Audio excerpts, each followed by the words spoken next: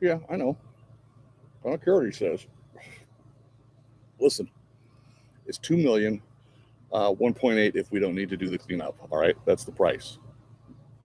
Oh, hello there, and welcome to Weekly Lit.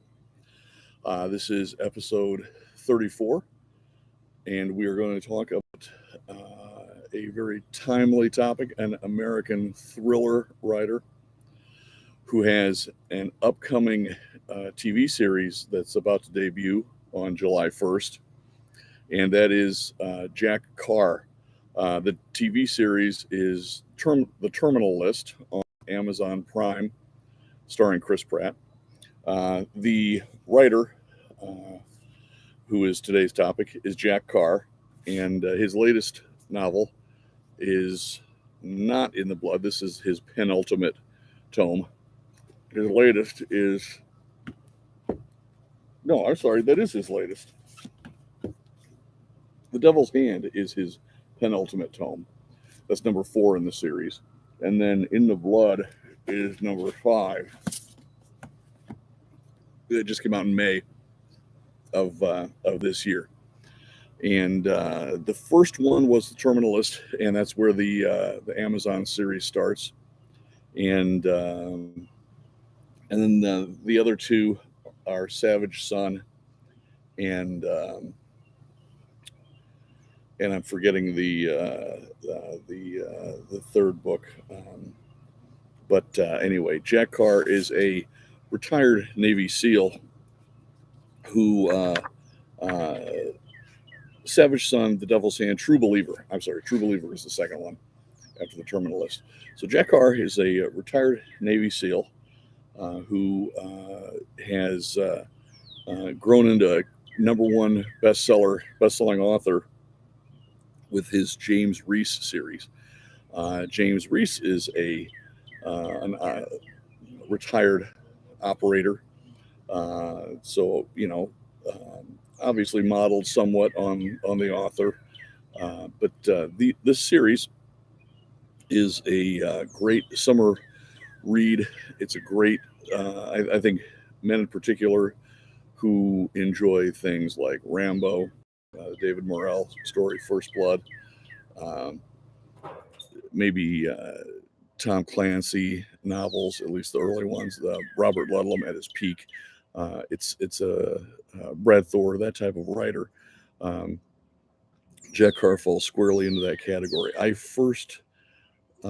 picked up the first book, The Terminalist, when it first came out, uh, essentially judging a book by its cover, and seeing it at a bookstore.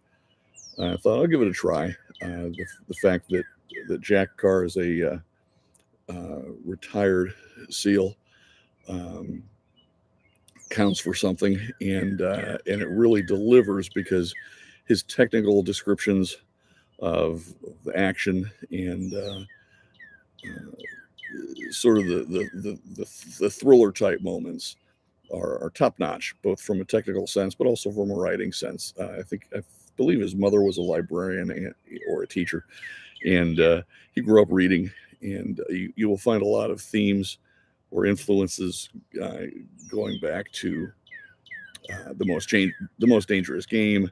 Uh, Ernest Hemingway's writing style, I think, is in there. A lot of the thriller writers, Frederick Forsyth, David Morrell, as I mentioned, yeah, a little bit of Clive Cussler, but not really that wild of a ride.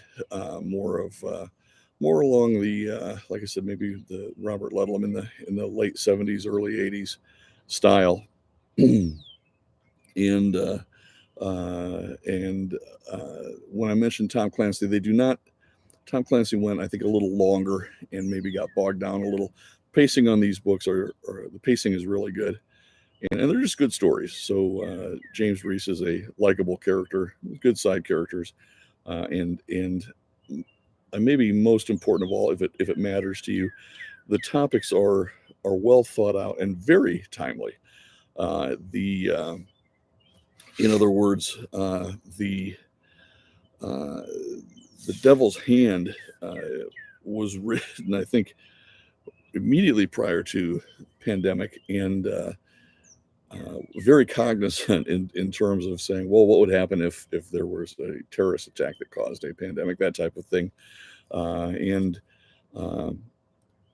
so Jack Carr does a really good job, I think, of thinking through current events, or through the context of the recent past, and then also through the context of history, not only American history, but general military history, to say, okay, why are things the way they are, and what are some of the causes behind these things, and how would that affect the various characters and so forth. So I recommend it, and it's a great thriller series, a good one for the beach for this summer. And if you like thrillers, I'll have a few more of those to recommend over the course of the summer. I've gotten some recommendations that I'm going to discuss. Some that I've read through and some that I haven't gotten to yet, but I'll discuss. I'm maybe do an odds and ends episode coming up to go through some emails and answer some questions and things like that. So first of all, if you like this, send an email or make a comment, because discussion, and I'll address some questions or thoughts or respond to some things in an upcoming episode, which will also include a belated Bloomsday excerpt, because we can't let that pass by without, I mean, we just did let it pass by, but we'll get caught up with a Bloomsday reading shortly. So yeah, that'll maybe be next time, the upcoming odds and ends episode. But among thriller writers, I think he's as good as there is going. Maybe Brad Thor is probably comparable, but if you like thrillers, there is an excellent podcast. I think it's and also a YouTube show called The Crew Reviews. So if you just do a search for The Crew Reviews on Twitter or on YouTube, you'll find, if I remember, I'll put a comment in here with a link to The Crew Reviews. Those guys do a great job, usually talking directly with the authors. So they have done so with Jack Carr and many other authors. And it's good if you're a thriller reader.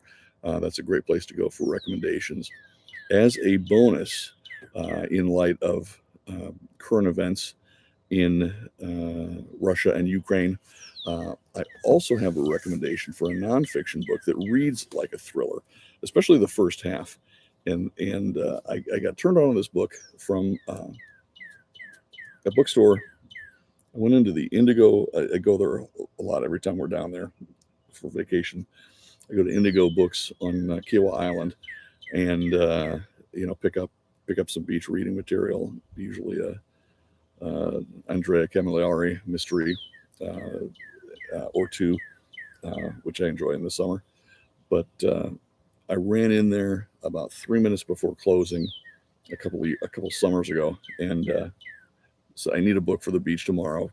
Sorry to come in late. Hate to do that to you, but just recommend something for me. And the lady, the proprietor, said, I can tell by looking at you, and that she may have remembered me from past visits, but I have the exact book for you. I know you'll love it. And so I wasn't sure how to take that, but I do know how to take it now. It was a great recommendation, so it was a compliment. So her recommendation was Red Notice by Bill Browder. And this is nonfiction that reads like fiction. It is a real thriller about a financier, Browder, who was probably the leading American-born financier who was going into Russia, doing investments and managing things. And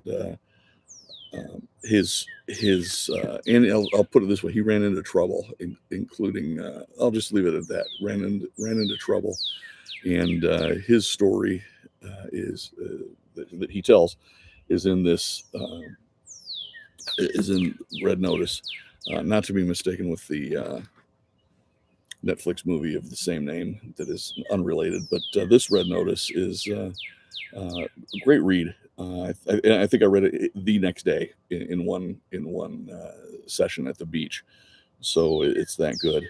And so it was a great recommendation. And Bill Browder, he shows up, I think, on some news shows here and there.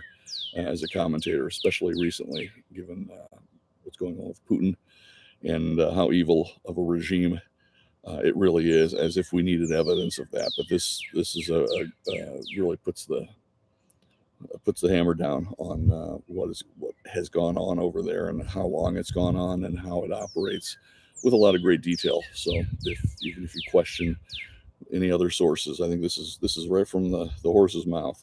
So I recommend Red Notice by Bill Browder. So hope you're having a good summer. It's great to get caught up on reading, and we'll do more episodes at a faster rate and get caught up on here too.